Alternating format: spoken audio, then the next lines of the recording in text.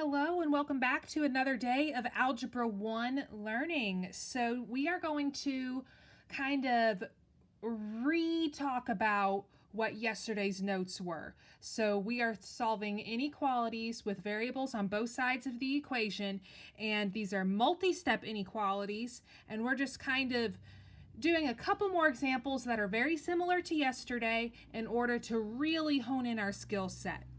So to begin with, I'd really like for you to be able to solve an inequality with a variable on both sides, and you're going to do that by using inverse operations and by getting the variable to one side of the inequality. But I do first have a couple reminders for you. It says don't forget and remember, when you multiply or divide both sides by a negative number, then you flip the sign. So I'm going to go ahead and underline all of that, because that is going to be one of the easiest things for you to forget. So make sure that you're remembering to do that. When you multiply or divide by a negative number, you flip the sign. So let's go ahead and look at our very first example for part A. And it says 6n minus 1 is greater than 3n plus 8. The first thing I want to do is get my variables together. So I'm going to move this 3n to the other side by subtracting it. So I'm going to minus 3n from the left and right sides. And then I have 3n minus 1 is greater than 8. At this point, I'm now going to move this negative 1 by adding it to both sides. So I'm going to add 1 to the left and add 1 to the right. And I have 3n is greater than 9. For my very last step, I'm going to divide by 3 on the left and right sides, and I have n is greater than 3. Notice I kept my inequality symbol the same, the whole equation, or the whole inequality, because I did not multiply or divide by a negative number. Okay, let's look at the next one. I have a variable on both sides once again. I have 3b and I have minus 2b. I'm going to move the minus 2b because it will be easier to move. So I'm going to add 2b to the right. I'm going to add 2b to the left. And then that gets me 5b plus 12 is greater than 27. After that, I'm going to move this plus 12. The opposite of adding 12 is subtracting 12.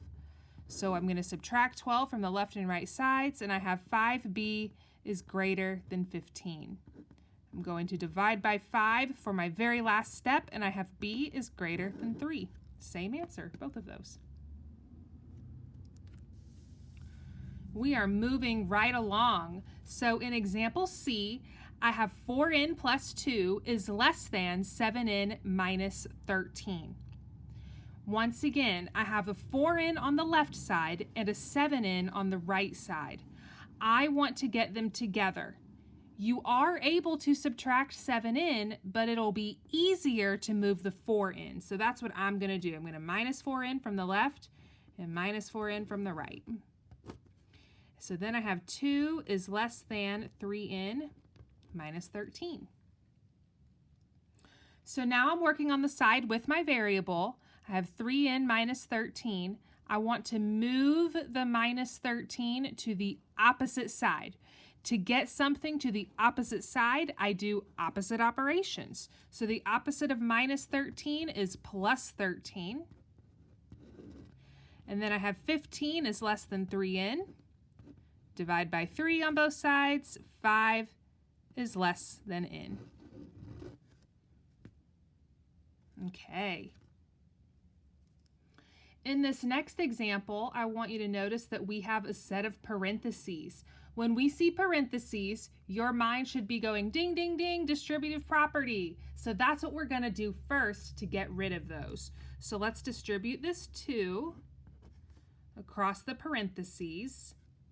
And I have 10 minus 8a is greater than or equal to 10 minus 8a. Very good. Because I have a variable on both sides of the inequality, I'm going to get them together. I'm going to move a negative 8a to the opposite side by adding 8a to both sides. I'm going to add 8a to the left, add 8a to the right. But the thing is, they cancel. And then I have 10 is greater than or equal to 10. Well, now we need to ask ourselves, is 10 greater than or equal to 10?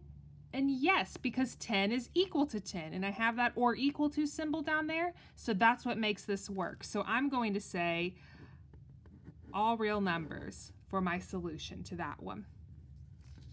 So this one kind of had a special answer. Moving on to the back side of those notes, we are just plowing through these examples in this video. We have some more problems where there is a variable on both sides of the inequality. So remember, you should just be thinking to yourself, get the variables together first, or you should be working on simplifying. In problem E, I have 6m minus 5 is greater than 7m plus 7 minus m. What I want you to notice is on the right side, I have a 7m and a minus m that can be combined. So I'm going to do that first. I have 6m minus 5 is greater than, and then this guy and this guy can be combined, so that's going to be 6m plus 7. Okay, now I have 6m and 6m both on the left and right sides. That's not good because I need them to be together in order to solve. So to move a positive 6m, I need to do the opposite of that, which is subtraction. So I'm going to minus 6m from the right and minus 6m from the left. But once again, they cancel completely on the left and right sides. And I have negative 5 is greater than 7. So now I need to ask myself, is negative 5 greater than 7? Does negative 5 have a higher value than positive 7? The answer is no. So I'm going to say no solution for this one. Let's look at our last example up here at least. So it says 4p plus 3 is greater than 9p plus 6 minus 5p. Once again, I have a positive 9p and a negative 5p. Those are like terms because they have the same variable with the same exponents. So I'm going to combine them. So on my left, I keep it the same. I have 4p plus 3 is greater than. Okay, now 9p minus 5p is 4p.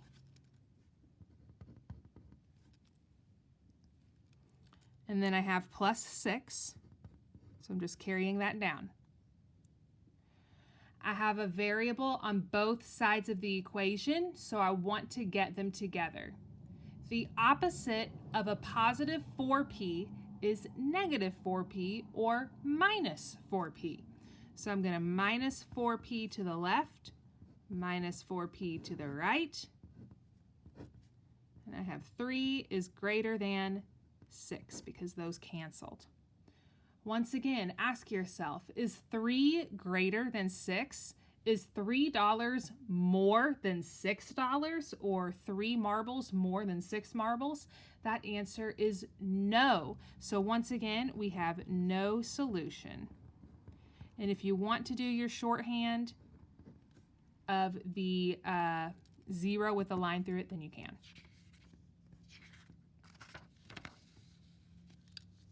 Now we have a couple word problems. I know everybody's favorite, but I want to do a couple more just to make sure that we're really practicing those problem-solving skills where we read the question twice, draw a picture, and really break it down piece by piece, because those are the fundamental strategies for solving word problems. You just have to get it organized, and once you get your equation written down, you're typically smooth sailing from there. So in this example, it says you want to fence in a rose bed adjacent to your deck. The width of the deck is 14 feet. You have at most 44 feet of fence. What are the possible lengths of the rose bed? Well, I'm going to start drawing a picture, and I know I have a deck, so I'm going to draw that and label it. There's my deck. And then I'm wanting to fence in a rose bed, so I'm going to draw in kind of the perimeter of that, and here are my roses. Just so we can kind of see what we have going on. Okay. And I know that the width of the deck is 14 feet. So I'm going to label this length right here on both ends. That is going to be 14.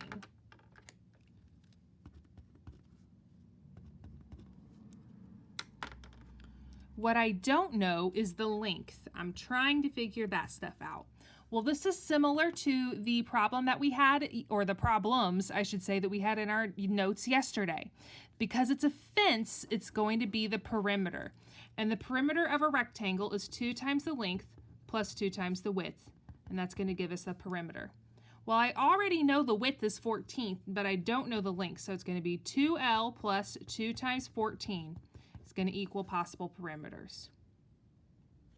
So this is going to get me 2L plus 28 is equal to the perimeter. So now we're going to compare possible lengths to the available amount of materials, which is 44 feet. So I'm going to say possible compared to available.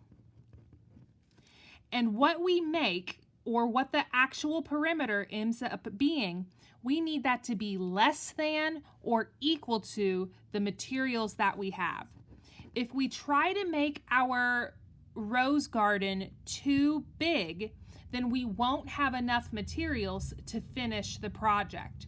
So we either have to use less than what we're provided with, or the exact amount, which is why I have that or equal to symbol right there. So now we already know our possible perimeters because of this equation that we worked out. So I have 2 times the length plus 28 is less than or equal to, okay, now we're comparing the available amount, which is 44. Now I'm ready to solve. So I'm going to subtract 28 from both sides.